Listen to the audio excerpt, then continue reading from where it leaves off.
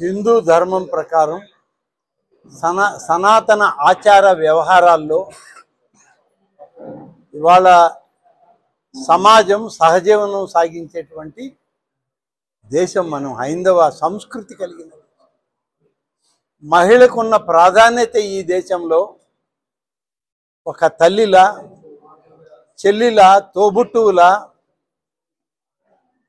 ఆఖరకు ధర్మపత్నిని కూడా మహాసాధ్యుగానే కొలుచుకునేటువంటి సాంప్రదాయాలు ఉన్నటువంటి దేశం.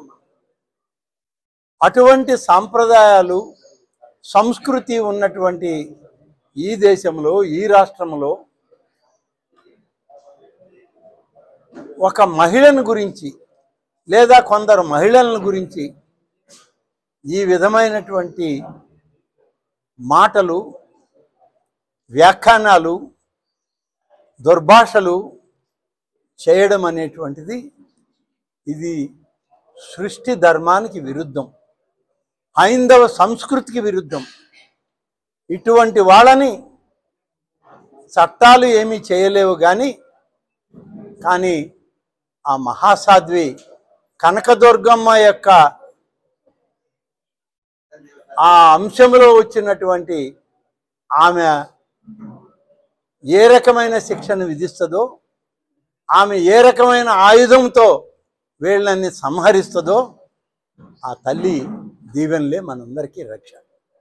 ఇటువంటి వాళ్ళని ఎవరు క్షమించరు. ఏ ఒక్కరు సభ్య సమాజంలో ఇవాళ మాట్లాడిన వాళ్ళందరూ విన్నటువంటి వాళ్ళు కూడా చీ కొడుతున్నారంటే ఏంటి వాళ్ళ పరిస్థితి?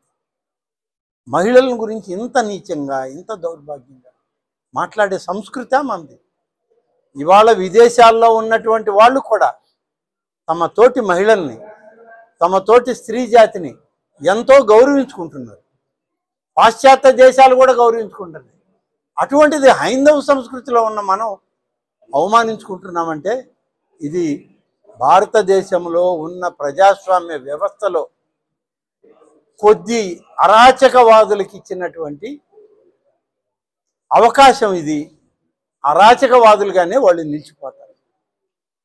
సరైన ఫలితం, గుణపాఠం నేర్చుకుంటారు.